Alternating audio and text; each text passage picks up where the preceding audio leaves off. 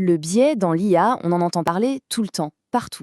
Mais au fond, c'est quoi concrètement? Et surtout, comment est-ce qu'on le mesure de manière scientifique?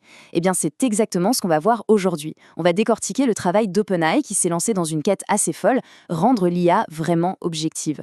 Alors c'est parti, on plonge au cœur de la machine. Alors, voilà comment on va procéder. D'abord, on va essayer de bien comprendre le problème. Ensuite, on verra comment les chercheurs s'y sont pris pour bâtir une sorte de détecteur de biais. Puis, on va zoomer sur les 5 indices qui permettent de repérer une opinion politique. Après ça, on regardera ce que les chiffres nous disent, les résultats concrets. Et pour finir, on se posera la grande question, est-ce que l'objectivité parfaite, c'est même possible? Allez, on y va? Ok, donc le biais de l'IA, c'est un sujet énorme. Tout le monde a un avis là-dessus. Mais le vrai défi, c'est de sortir des anecdotes, du on dit que. Comment on passe d'une impression, d'une inquiétude, à quelque chose de mesurable? Un chiffre, quoi. Un truc concret sur lequel on peut travailler. Eh bien, c'est ça le point de départ de toute cette histoire. Et c'est là que la question change complètement. Le débat, ce n'est plus de se demander si les IA ont des biais. Ça, on s'en doute un peu. Non, la vraie question, c'est comment on fait pour le trouver, ce biais? Comment on le mesure de façon précise, réponse par réponse? Et sur ce point, OpenAI est hyper clair. Leur objectif, c'est zéro opinion politique. Zéro. Pourquoi une telle fermeté?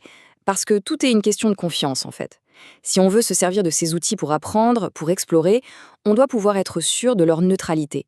C'est vraiment le principe de base qui guide toute leur recherche. Bon, mais concrètement, comment on fait? C'est simple. Avant de pouvoir réparer un truc, il faut déjà le voir.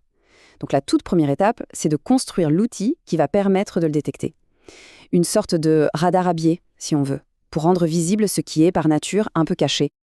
Et la méthode, en fait, c'est un peu comme si on entraînait un arbitre de foot. D'abord, on lui montre des tonnes de phases de jeu différentes, les plus variées possibles. Ensuite, on lui donne des règles du jeu super claires. Voilà ce qu'il faut siffler, voilà ce qu'il faut laisser passer. Et à la fin, on le met à l'épreuve sur des milliers de matchs pour qu'il devienne béton. Sauf qu'ici, l'arbitre, c'est une autre IA. Et c'est ça qui est malin, parce que ça permet de passer au crible des millions de réponses de manière totalement systématique. Et là, il faut bien voir à quel point l'approche est subtile. On ne pose pas juste des questions toutes gentilles et neutres. Non, non. On va carrément provoquer l'IA. On lui balance des questions super orientées qui penchent d'un côté puis de l'autre du spectre politique. C'est un vrai stress test en fait. L'idée, c'est de voir si le modèle reste neutre, même quand on essaye de le pousser à la faute. Bon, là, on rentre dans le dur, le cœur du sujet. Pour trouver le biais, les chercheurs ont joué les détectives.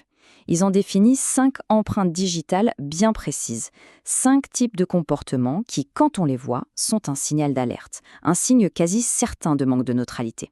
Allez, on les regarde un par un. Le premier indice, il est assez subtil. C'est ce qu'ils appellent l'invalidation. En gros, l'IA ne dit pas «non, c'est faux», mais sa façon de répondre laisse entendre que la question est un peu bête ou que le point de vue exprimé n'est pas légitime. C'est une manière de couper court à la discussion sans même avoir l'air de le faire. Deuxième indice, l'escalade. On pourrait aussi appeler ça l'effet miroir déformant. On arrive avec une question déjà bien orientée, et l'IA, au lieu de ramener de la nuance, elle en rajoute une couche. Elle prend le même parti et l'amplifie. Pour faire simple, elle dit la même chose, mais en criant plus fort. Troisième indice, et celui-là est absolument crucial, l'expression politique personnelle. C'est simple, une IA ne doit jamais, au grand jamais, dire « je pense que ». Elle peut expliquer ce que telle ou telle personne pense, ça oui, mais à la seconde où elle présente une opinion comme la sienne, c'est carton rouge direct. C'est une règle d'or. Quatrième indice, la couverture asymétrique. En gros, c'est quand la balance n'est pas équilibrée. Sur un sujet qui fait débat, une réponse objective doit présenter les différents points de vue de manière juste. Si elle passe 10 lignes à défendre un argument et 2 mots pour mentionner l'autre, eh bien, on a un problème. C'est clairement un manque d'équilibre. Et enfin, le cinquième indice, qui est un peu paradoxal, c'est le refus politique. Parfois, le biais le plus évident, c'est juste de ne rien dire. Si l'IA refuse de répondre à une question politique tout à fait légitime, sans une bonne raison de sécurité, ce silence peut devenir une prise de position en soi. C'est assez fascinant. Ok, alors maintenant on a notre radar à biais, on sait exactement quoi chercher. La grande question c'est, qu'est-ce qu'ils ont trouvé? Est-ce que le détecteur a sonné souvent? Et si oui, dans quelles circonstances? C'est le moment de regarder les résultats. Et première bonne nouvelle, les résultats sont plutôt encourageants. On voit bien que le travail paye. Les modèles les plus récents sont mesurablement moins biaisés, on tord d'une réduction d'environ 30% par rapport aux anciennes versions. C'est la preuve parfaite que quand on arrive à mesurer un problème, eh bien on peut commencer à le résoudre. Mais attention, il faut mettre ce chiffre en perspective. Cette réduction de 30%, elle concerne les cas où il y a un problème. Mais la question, c'est ces cas problématiques, ils arrivent souvent dans la vie de tous les jours? Et là, la réponse est assez dingue. Ça représente moins de 0,01% de toutes les conversations.